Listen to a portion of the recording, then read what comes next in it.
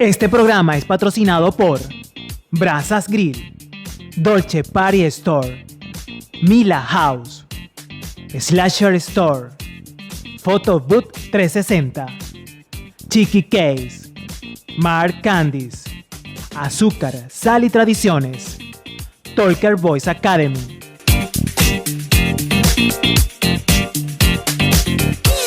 En Sin Pauta presentamos al ser humano detrás de la voz, esa que atrapa al público con la sonoridad de cada una de sus palabras. Un profesional hecho con convicción y determinación que hoy cumple la importante labor de formar a las nuevas generaciones de la comunicación social.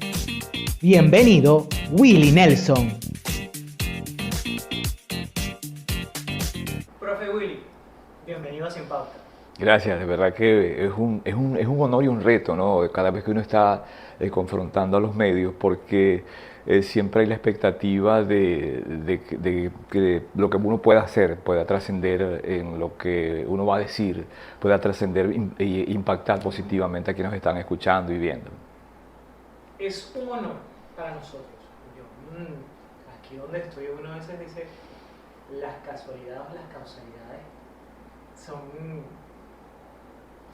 a veces no se pueden describir, porque comenzamos este proyecto con unas ganas de mostrar la otra forma de personas que hacen un trabajo importante, no solamente a nivel de medios de comunicación, sino en otros espacios.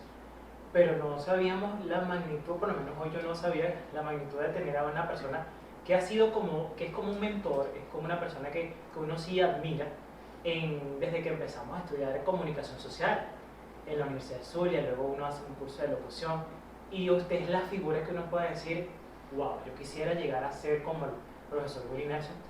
Y para mí, hoy aquí, tenerlo enfrente es un honor, nuevamente, poder conversar y conocer un poquito más de ese profesor que se para a darnos la herramienta para uno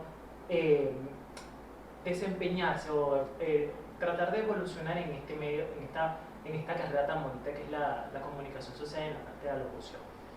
Y de verdad que para Sin Pauta, para Cápsula Digital, que usted esté sentado allí, es un privilegio. Bien, gracias. Profe, comenzamos, yo empiezo a investigar y vamos a ver vamos a conocer a Willie Nelson, pero desde otra perspectiva. Y leyendo vida, hay una persona que decía, es un hombre de convicciones, con talento, de propósitos loables, valores, genética, gratificante, es profesional. Cuando usted escucha esas palabras, ¿qué siente? ¿Qué le viene a la mente? Bueno, fíjate que yo hace mucho tiempo aprendí a divorciar lo que es Willie y Willie Nelson. Willie es el pana, el amigo, el hombre que tiene un montón de dificultades, problemas. Ese es Willie, el hombre al que quiero y admiro y aprecio porque es Willie. Y Willie Nelson, que es una figura pública que no tiene ego, es como un muñeco de madera, no es aburrido, no es pegajoso. Y entonces todas esas cosas, cuando hay el halago, cuando hay el reconocimiento, ese es para Willie Nelson, y Willie Nelson no tiene ego. Para él eso es chévere, es interesante, pero no es tan relevante. Ahora, cuando a Willie Nelson le dice gracias por lo que hiciste por mí, hermano, cosas como esa nadie hace hoy día, pues entonces ya eso es gratificante. Ese es el Willie Nelson que, cuando estamos jugando béisbol, dice, mira, por la tercera es el hueco, bate porque Willie y tal. Bueno, porque entonces esa gente te quiere porque eres Willie, ¿no? Willie Nelson es más una cuestión construida día a día, con eso sí, con mucha responsabilidad y sobre todo con mucha pasión. Para explicarlo un poquito mejor, siempre hay lo que llaman la vocación vital. Yo que descubrí mi vocación vital muy joven. De hecho, tengo un gran amigo que dice, nosotros nos hicimos locutores en el interín, pero vos sois locutor desde muchachito, porque cuando jugábamos con muñecos de acción ya vos hacías voces, ¿no? Siempre estuvo en mí eso, ¿no? Pero hay un momento bien determinante en mi vida, y lo quería comentar, es cuando llega a mi casa mi hermano mayor, que viajaba, su trabajo le determinaba que viajara, yo tenía como unos 12 años, y él se aparece con un disco de un locutor que se llamó Luis Gerardo Tovar. Luis Gerardo Tovar era un hombre excepcional, un hombre que hablaba varios idiomas. Después de escuchar a Luis Gerardo Tovar declamar, no vale la pena escuchar a más nadie. Me disculpan los demás declamadores, a menos que sean en otro estilo, ¿no? O sea, lo que tiene que ver con el declamar esto del llano, en fin, esas coplas. Pero Luis Gerardo Tovar era un actorazo, era un primer actor, un hombre que hacía con su voz lo que le daba la gana. Si Dios habla como los hombres, seguramente que la voz de Dios se parece a la de Luis Gerardo Tovar. Cuando mi hermano se aparece en mi casa con aquel disco, aquella voz, me impresionó muchísimo. Y yo pienso que fue la primera vez que yo pensé realmente que a través de la voz, de lo que se dice, uno podía impactar al auditorio. Y hay otro momento donde descubro, la primera vez que yo sentí el poder de un hombre con un micrófono. Yo estudiaba en un liceo que se llamaba Ludón Pérez, un liceo muy grande en Maracaibo, muy prestigioso, pero yo venía de un liceo pequeñito, porque antes se estudiaba primero, segundo y tercer año en un liceo, y de ahí te ibas a cuarto y quinto en otro liceo. Y mis hermanos mayores habían estudiado en Ludón Pérez toda su carrera, todo su bachillerato, yo no. Nos habíamos mudado y entonces cuando yo llego a Ludón Pérez, todo el mundo se conocía, la gente era de clase media alta, tenían carro, y entonces bueno, uno llega a aquel medio y estaba como desencajado, no me sentía cómodo, realmente que no me sentía cómodo. Y entonces había una actividad que era la actividad para los obreros. Y estaba entonces unos equipos de sonido muy tremendos, muy de vanguardia para la época, el Quinto Criollo, que iba a actuar para Ludón Pérez. Yo le había dicho al profesor de cultura que yo quería cantar. Y entonces ni siquiera pude ensayar con cultura de allí del liceo, sino que ensayaba en mi casa con mi hermana. Eran los 70. Y entonces ensayé una canción que era de mi hermano. Yo quizás no soy buen cantante, pero sí era muy buen imitador todavía. Y entonces yo me monto en la tarima con mi hermana e interpreto un tema que era inédito, es decir, los muchachos que estaban ahí no lo conocían. Yo recuerdo que el tema decía algo así como: nunca te guíes por lo que te dicen los demás, nunca te guíes por lo que te dicen los demás. Y mi hermana haciéndome una segunda voz muy bonita. La voz no era igual, o yo me era un chamito, tendría yo, recuerdo, estaba muy jovencito, pero la voz era una aproximación a Rudy Márquez, que estaba muy pegado en ese entonces. La gente no se da cuenta de eso, sino que la voz le era como muy familiar. Y entonces la gente empieza a corear el coro, nunca te guíes por... En ese momento yo sentí el poder que puede tener una persona con un micrófono. Y entonces, cuando bajo del escenario, aquella cosa cambió. Y entonces todo el mundo era amigo de Willy, en fin. Y entonces uno se mete en esto por razones un tanto veleidosas, ¿no? Un tanto del muchacho que va buscando la aceptación personal, en fin. Y yo me di cuenta desde muy jovencito que no era ni el más fuerte, no era el más fuerte, no era el más bonito, pero me di cuenta también que las muchachas no se daban cuenta que uno era feo si uno hablaba rapidito y suavecito, ¿no? Y fue formas de liderar, lo que es un poco el conde de Guácharo, dice, bueno, tan feo y tan enamorado, dando flores. Eso él dice, no, pero es que un tipo feo no da flores, eso lo tiene que hacer uno, ¿no? Y entonces, en principio fue repito por razones veleinosas, ¿no? Por aquella cuestión del ego, en fin, la radio, viene la radio, y todas estas cosas bonitas. Una época en los 80 fue muy bonito, ¿no? A nivel mundial, ¿no? Fue una de las décadas más hermosas para el occidente de la humanidad. Y entonces, después viene la otra parte, viene la parte ya de la madurez, viene la parte del compromiso social, eso que siempre nos llamó la atención, aquello que nunca nos gustó hacer o ver hacer, viene la parte identitaria, la reafirmación personal de uno, y entonces viene el legado, viene esa forma y descubres entonces que todo aquello que estás haciendo tienes que entregarlo. Y es entonces cuando descubro que podría ser un excelente docente, solamente por la pasión, pero entonces también por la formación, porque si una cosa, de alguna cosa me puedo jactar es que yo tuve muy buenos mentores. Cuando la gente ve en mí alguna fórmula de guía, es porque a mí también me pasó, y entonces cuando uno asume esa conciencia, pues uno tiene que entregar ese legado. Con Luis Gerardo Tovar lo comento, cuando me lo presentaron le dijeron, este es el fan tuyo número 1 en Maracaibo. Y yo estaba a Luis Gerardo Tovar en persona y le digo yo, no, yo no soy realmente un fan suyo, sino que en este negocio usted es mi norte más alto. ¿Para qué fue aquello? ¿No? El hombre se sentó conmigo, llevaba mis discos, me los autografió todos, me trató de tú a tú y para mí eso fue inolvidable, de verdad que sí.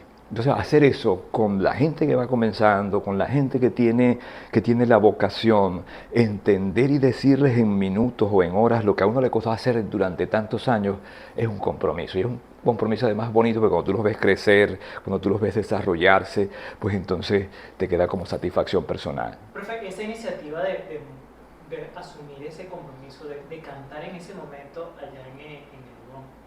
Viene porque usted viene de familia de artistas. Sí, sí, sí.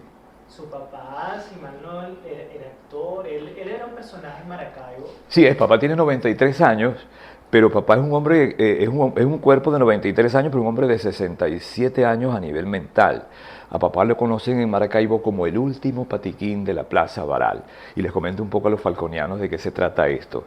El patiquín era un tipo de sujeto que en los años 40 se vestía con traje de sastre, siempre andaba con sombrero, corbata. En coro, el profesor Guerra, Tito Guerra, es algo así como el último patiquín de coro, ¿no? Siempre anda bien vestido en el sentido bien combinado. Bueno, papá o es así. Y entonces en la Plaza Baral, no sé si pasaba aquí en Falcón, en Punto Fijo, en Coro, es posible que sí, en las boticas o farmacias había unos hombres que se encargaban de inyectarle a las personas que compraban los productos médicos, los inyectaban, les daban las medicinas, en fin, hacían aquel servicio. Y entonces mi papá era de esos que llamaban practicantes de enfermería, que después por abreviatura fueron sencillamente los practicantes. Aparte que papá trabajó mucho tiempo en lo que fue en las áreas de emergencia del Hospital Central en principio, y después del Universitario y luego del Seguro Social. Entonces era una figura que en principio por aquel trabajo social que hacía todos los días y por la manera que se vestía, se hizo un símbolo de la zulianidad, siendo de Dabajuro. Llega a Maracaibo muy jovencito, llega como de 8 o 9 añitos. Entonces se transforma en el último patiquín de la ciudad. Para entender un poco de lo que se trata este modesto trabajo o este gran trabajo de un hombre modesto, en una oportunidad ninguno de los hijos pudimos ir a buscar a papá en la Plaza Baral, un sitio emblemático de la ciudad de Maracaibo. Y entonces él dijo, no te preocupes, yo me voy en el colectivo, me voy en el bus de la Ruta 6 y entonces allá en la urbanización me ubica, ¿no? Y papá se viene entonces en el bus de la Ruta 6. En esa época se usaban anillos y cadenas, entonces papá andaba así, siempre de punta en blanco. Y se montan 3 atracadores. Bueno, aquí todo el mundo, camán, usted me da tal, y usted, señor, me da sus cadenas, su anillo y tal. Y le dice el otro delincuente, no, el señor no, porque él es el que pone las ampolletas allá en la Plaza Baral. Usted no, señor. Entonces, fíjate cómo el sujeto desde el antivalor reconoce en él valores, ¿no? Y al lado de mi papá, pues entonces está mi madre, una mujer de oficios del hogar, pero muy abnegada, una mujer valiosísima, una mujer que amo muchísimo, que, bueno, nos amó muchísimo, nos ama muchísimo. Mamá tiene 87 años, pero todavía se vale por sí misma, no cocina porque mis hermanas no la dejan. Pero era ese tipo de matrona por la que podemos descubrir y describir a las demás matronas, ¿no? No solo las que fueron nuestras madres o abuelas, sino que hay mujeres que hoy día también hacen ese trabajo, pero además tienen que salir a trabajar afuera, ¿no? Porque hay gente que dice, no, bueno, ellas no trabajan, no, están en la casa, pero es que, bueno, es que en la casa se trabaja más que en ninguna parte y además no tiene horario y es tiempo completo. Y entonces mi mamá es un poco así, ¿no? Entonces yo vengo de una familia de artistas, porque papá en su tiempo fue cantante, papá fue campeón de boxeo. Porque esa generación era de esa manera, ¿no? La gente cantaba, incluso todos mis hermanos tocan instrumentos. Yo pertenecí muchos años, pertenecía a la Coral Filarmónica de Maracaibo, y yo no lo sabía en aquel momento, pero me estaba preparando para lo que después sería la locución, porque son básicamente las mismas técnicas, y después entonces la fui adecuando. Pero sí, uno comienza, el maracaibero comienza o empieza a explorar lo que es la parte artística a través de la gaita, ¿no? Anteriormente, ya no se hace tanto lamentablemente, en cada barrio, en cada urbanización, tú ibas caminando en el mes de agosto, septiembre, y escuchabas chucutú, chucutú, y se paraban, entonces la gente discutiendo, los muchachos discutiendo porque se habían equivocado, porque entonces ya para octubre tenían que estar los grupos gaiteros, ¿no? Todavía existe, todavía existe eso, pero se ha perdido, hay ritmos terribles, como el vallenato corroncho. Yo no estoy en contra del vallenato como tal, pero el vallenato que se consume aquí es el vallenato corroncho, el vallenato malo, el vallenato donde el tipo canta como un borracho, y entonces ha ido desplazando la identidad nuestra, ¿no? Recientemente los gaiteros nuestros hicieron una proeza, una prueba de talento y de poder cultural, 400 y tantos muchachos, muchachas y no tan muchachos, con un récord Guinness, y yo dije, estamos demostrando que con esa fuerza identitaria pues tenemos una cosa que no tienen otras regiones, ¿no? O sea, la gaita, y sin embargo no pasó de ser un mero show, tengo que decirlo con dolor, porque el que se viste con lo ajeno se queda en la calle sin ropa, sobre todo cuando la industria cultural te impone fórmulas que tienen que ver más que con lo cultural como trascendente en el ser humano, con basura industrializada o basura industrial cultural para degradarte, para deformarte, para que estés metido en circunstancias o situaciones a nivel de pensamiento ideológico que determinen la negación de tu propia esencia. Eh, ya conociendo eso, de dónde viene su familia, llega entonces la oportunidad de empezar a adentrarse en los medios. Vamos a entrar a esta parte, a empezar lo que es la formación como periodista, como locutor, empieza a trabajar en lo que son en las emisoras, ¿no? Empieza a hacer ese recorrido. Sí, en la época en que yo me graduó como locutor, era muy diferente quizás a lo que es ahora, ¿no? Hoy día te exigen unos clientes, en fin, no, en aquella época no. Para tú entrar a una estación de radio tenías que tener unas cualidades. Te escogían y entonces eran como las grandes ligas y entrabas entonces como avance. Y de acuerdo a tu talento, a tu capacidad de trabajo, lo que fueras desarrollando, pues entonces te iban incluyendo. Yo comencé a trabajar en una emisora que se llamó Radio Mara, hoy desaparecida en AM naturalmente, pero del otro lado de Maracaibo, en la costa oriental, había una emisora que se llamaba Radio Alegre.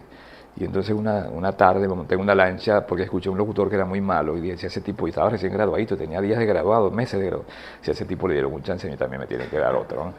Y me monto en la lancha y voy hasta allá. Y cuando voy hasta allá, pues entonces me consigo con que el que está al frente de la emisora es un gran amigo y comienza entonces ese trabajo a través de los medios, a través de Radio Alegre, luego voy a Superondas y paso por un montón de emisoras haciendo diversos trabajos, voz marca, animando y produciendo programas, dirigiendo. Después fui a la parte informativa, porque la ventaja de ejercer en el medio y ir a la universidad a formarte, pues entonces te da como, no solamente en el ámbito competitivo, sino en la comprensión del proceso comunicacional, te da como más responsabilidad. Por decirles algo, en una oportunidad estábamos en Superondas de guardia y me llaman por teléfono. Las cabinas no eran como son ahora que son calientes, sino que el operador estaba de aquel lado y yo estaba de este. Y me dice el operador, mira, están llamando por teléfono desde Colombia. ¿Quién me llama? Es de la cadena Caracol. Se había desarrollado un suceso en un sitio en frontera, en Cararabo, donde habían asesinado a un grupo de militares venezolanos, la guerrilla o los paramilitares colombianos. Y en ese sentido, pues entonces aquello explota como boom noticioso porque se había demostrado que los muchachos que estaban allí cumpliendo con su deber patriótico estaban desasistidos por el Estado venezolano. O sea, los habían masacrado y ellos no tenían las condiciones para defenderse de estos irregulares. Entonces me llaman por teléfono la persona, mire, me cuenta qué le pasó, señor, ¿con quién hablo? Con Willie Nelson. Mire, señor William, te lo vamos a llamar para que nos diga. Entonces, bueno, llámeme en 5 minutos y yo le doy la información. Y le digo en 5 minutos, porque como yo estaba estudiando comunicación social, Luis Guillermo García, que ahorita está en Telesur, era corresponsal de Radio Caracas Televisión, fue después corresponsal de Radio Caracas Televisión, él también estaba estudiando comunicación social y ya era corresponsal de algunas emisoras de Maracaibo. Como a mí me hace feedback, porque yo estaba estudiando comunicación, cuando él da la noticia, yo la anoté, pero la anoté para mí, para tenerla.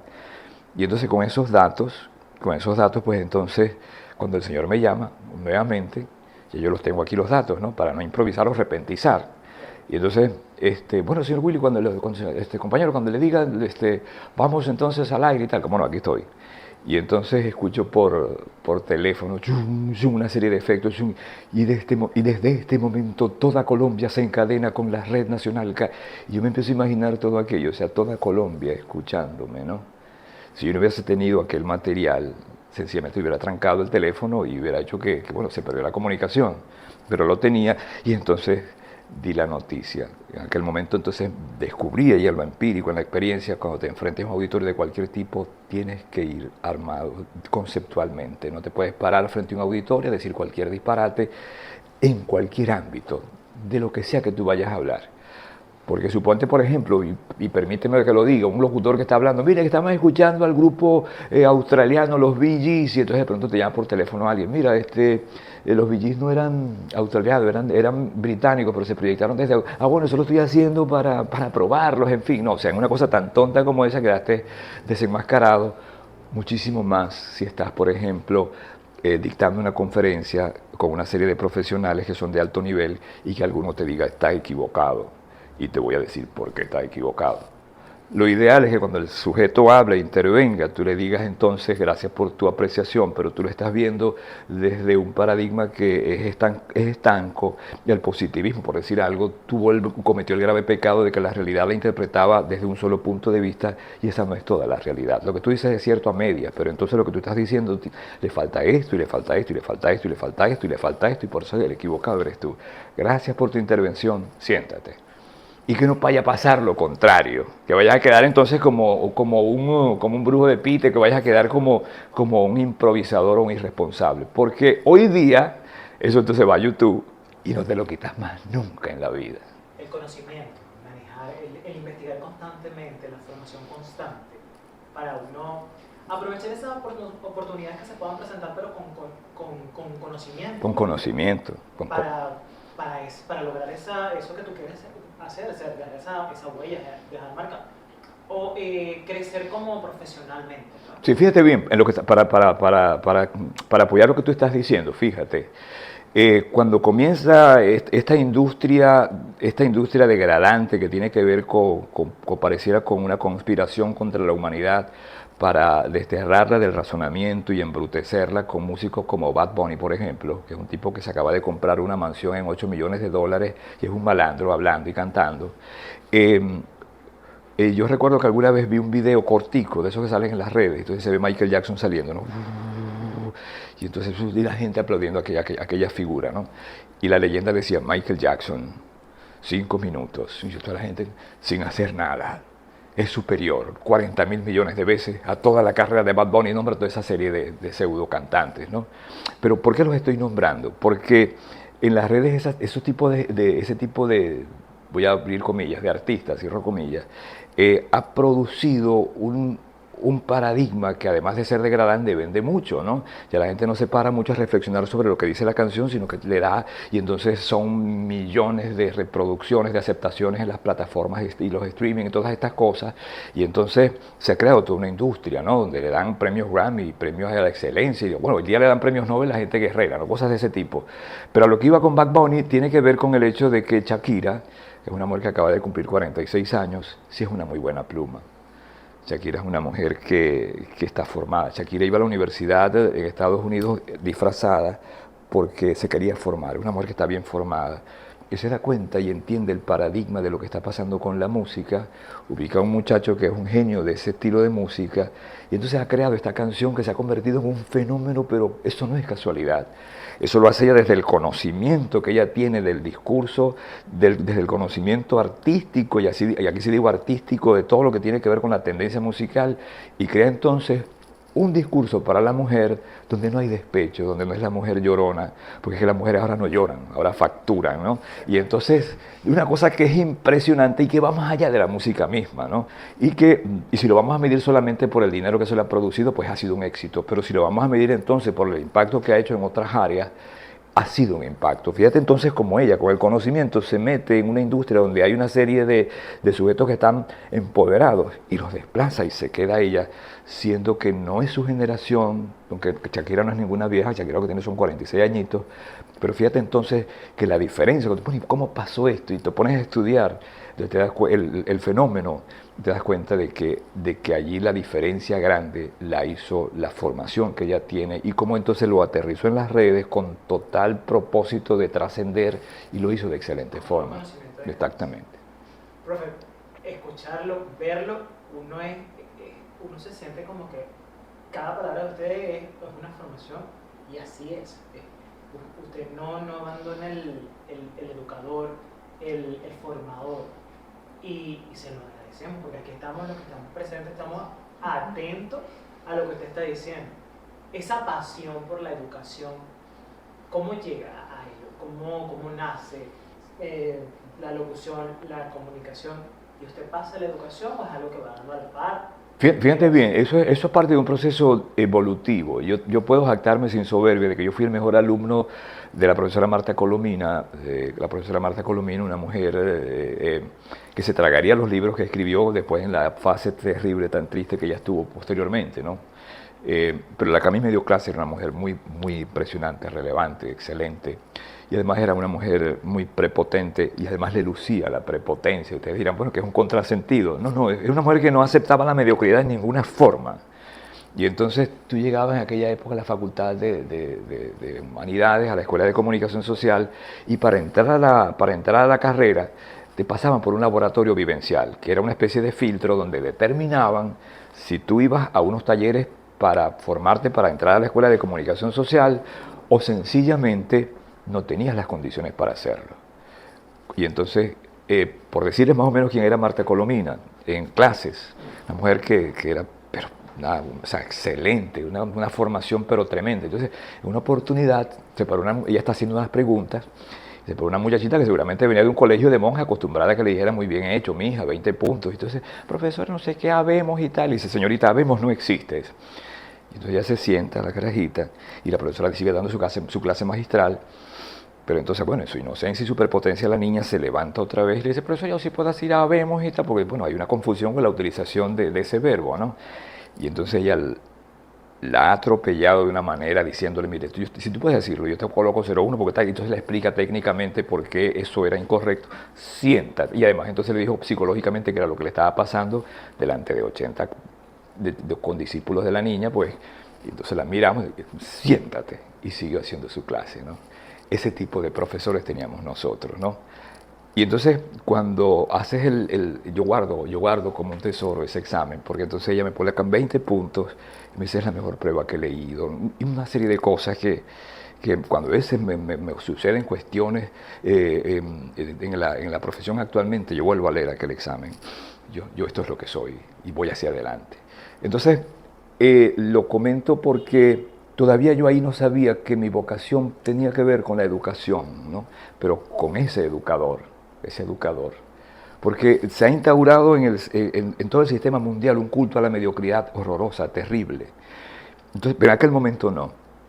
Entonces se me llama para que sea parte de lo que llamaban facilitadores, que eran aquellos alumnos destacados, para que formaran muchachos. Pero yo estaba enamorado de la radio y en aquel momento no lo hice, sino que yo estaba enamorado de la radio. Pero Héctor Escalante Ramírez, un profesor que aquí en Falcón es muy conocido, en algún momento me dice, mira, vamos a rescatar los cursos de locución que se dan empíricamente y los va a dar la Universidad del Zulia. Y me gustaría que me acompañaras en esta aventura. Y es cuando me descubre entonces, ya yo con Ramón Caguao habíamos hecho cursos y habíamos visto que era interesante, aquello que tiene que hacer cualquier hombre o cualquier mujer, dejar un legado. Porque si tú no dejas un legado, pues sencillamente tu vida se extinguió, no tuvo gran valor. Es decir, hay hombres que cuando mueren se garantizan que lo que ellos dejaron, que hicieron como hombres, trascienda más allá de su propia vida. Juan de Dios Martínez, por ejemplo, fue un afrodescendiente, un negro que en la escena nadie le ganaba con todo lo que tenía que ver con San Benito y todo el culto a San Benito. Pero él se dio cuenta que él tenía que ir más allá de la escena, más allá del tambor, del sabor, y entonces él se transformó a sí mismo y sistematizó todo aquel conocimiento con investigadores de la Universidad del Zulia, fue a dar hasta África sus orígenes, y él dejó ese legado. Juan de Dios Martínez lamentablemente se fue antes de tiempo, pero dejó todo aquel legado, y entonces su obra queda y trasciende a su propia vida. Y es lo que uno tiene que hacer. A veces hay gente que emprende empresas, fórmulas de vida, y aquel legado muere con él, porque entonces no dejan una generación de relevo y entonces aquello se pierde y es doloroso. Bien, entonces cuando Héctor Escalante me llama para que sea profesor, me descubre entonces como docente y es parte de ese legado.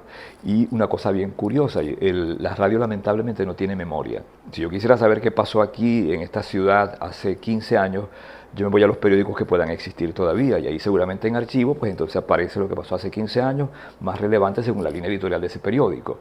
Pero si me voy a una emisora de radio para ver qué pasó, no hay memoria, eso se perdió, no hay grabado nada.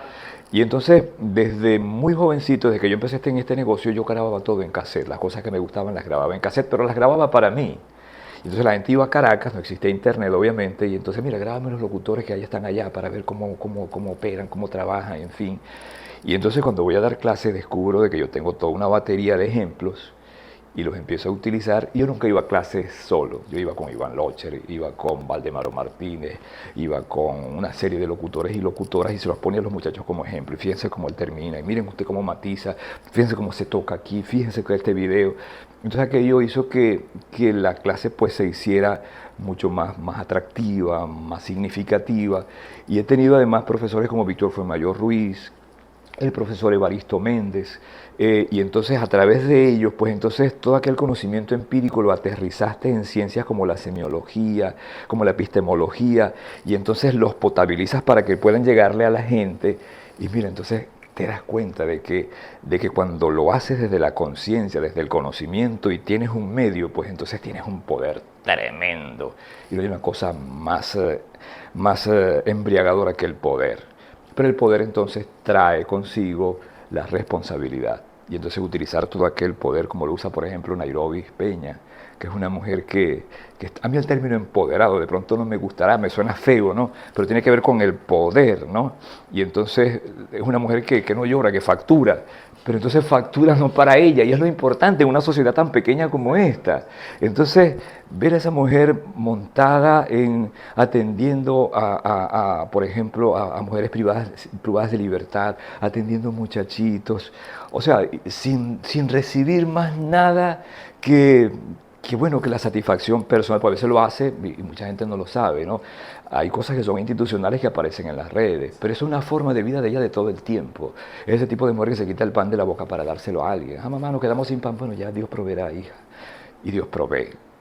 Pero entonces ese tipo de condición tiene que ver con lo que es el poder para utilizarlo para hacer el bien. Porque Danilo Bautista, un locutor maracaibero, también tiene esa fórmula, esa cuestión de vida, y fue uno de mis mentores. Danilo era un tipo, cuando yo a veces andaba con Danilo, estaba muy muchachito en la locución, y Danilo era un hombre o es un hombre, cuando era director, entonces Willie Nelson, vente pues, estaba comenzando, para darte una guardia, como yo decía, y entonces, vamos para la casa. Entonces, mire, ella, échale más agua al caldo que llegó Willie Nelson. Y te estaba observando a ver qué tipo de hombre eras tú. Mira, Willie, vamos por una agencia de publicidad que nos están llamando y te estaba observando a ver cómo eras tú. Y entonces un día te daba la buena noticia, Willie, vas en una guardia de tal a tal hora y tal cosa. O sea, habías pasado el filtro, ¿no? Y yo toda la vida le agradeceré a Danilo Bautista todo ese amor, toda esa vocación, toda esa pureza que tenía para desarrollar la radio y fue esa inspiración. Y tú veías a Danilo Bautista entonces llamar por teléfono y señalarle a algún alto ejecutivo caraqueño que contratara a fulano de tal, y después te dabas cuenta que el tipo al que él había recomendado, el profesional al que él había recomendado, no sabía que Danilo había hecho eso. Danilo era un hombre que organizaba algún evento, ayudaba a organizar algún evento, entonces le facilitaba todas las cosas al productor que estaba haciéndolo, y no cobraba ni medio, y entonces se montaba aquella cuestión, y Danilo Bautista, que hiciéramos, ya no estaba por todo eso. Para comentarles un poco cómo es Danilo Bautista, porque es el maracucho como éramos, como debemos seguir siendo. En una oportunidad Danilo Bautista estaba de guardia, y se le apareció un sujeto español, me dice él, porque estos días se lo pregunté nuevamente para meterlo en crónica. Se le apareció un tipo con suéter amarillo y unos discos, ¿no? Un tipo español. Entonces, mira que aquí traigo este disco para entregárselos, en fin, como yo, qué bueno. Entonces le dice, mira, y vos andáis solo. Sí, porque a mí solamente el sello me pasa, es una asociación que hay con Sonorroben, creo que era, y Ariola, y a mí solamente me dieron para estar en Caracas, pero yo quiero hacer todo este periplo por las principales ciudades. Y entonces le digo, pero dice, andáis solo, no te vais, espera que yo termine la guardia, que yo te llevo. Y Danilo entonces acompaña a aquel cantautor español desconocido por toda la ciudad llevando el disco y presentándolo. El tipo presenta en el Hotel del Lago una rueda de prensa y no va nadie. A los 2 años, el mismo sujeto, pegadísimo, convoca la rueda de prensa y eso estaba full. Y él les dice, yo hace 2 años les convoqué aquí a una rueda de prensa, no vino nadie, yo no les guardo rencor por eso, bienvenidos. Y era José Luis Perales, tenía pegado un tema que se llamaba ¿Y cómo es él? Del álbum Entre el agua y el fuego. Y tuve entonces en Danilo ese primer apoyo. Entonces, todo ese tipo de cosas, de utilizar el poder para hacer el bien, es lo que realmente tiene que inspirar a los hombres. Yo creo en el hombre, yo creo en el ser humano. Yo creo que la solidaridad es superior a la caridad, porque la caridad a veces es dada como, mira, al mono hay que lavarle la jaula, no le dieron comida al mono, pero el mono y yo no somos iguales. con la solidaridad, pues entonces vamos juntos y vamos dos y vamos echando hombro a hombro y vamos a construir el mundo y vamos a ayudarnos mutuamente. Yo creo en eso.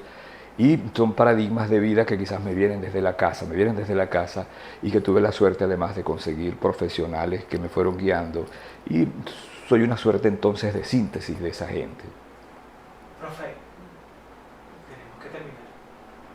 Yo le agradezco esta cátedra que nos ha dado el día de hoy a partir de de conocer un poco de usted. Ese Willy que usted dice que es Willy Nelson. Gracias por permitirnos conocer a Willy en estos 20, 30 minutos que son muy cortos. Ojalá tuviéramos la dicha de hacer una segunda parte porque es necesario tener más programas, conocer usted más a profundidad. La invitación está hecha para una segunda parte porque sé que la gente que... Si la vida nos lo permite, pues entonces con todo el gusto. Pues. Va a querer una segunda parte de Willy Nelson y conocer un poquito más de todo eso de lo que usted habla y sé que hay mucho allí por conocer. Gracias por brindarnos este espacio, por estar aquí en Sin Pauta con la gente de Cápsula Digital y aquí en Punto Fijo. Lo último que quisiera decirles, sobre todo a los muchachos que se están formando, muchachos, las tecnologías pasan.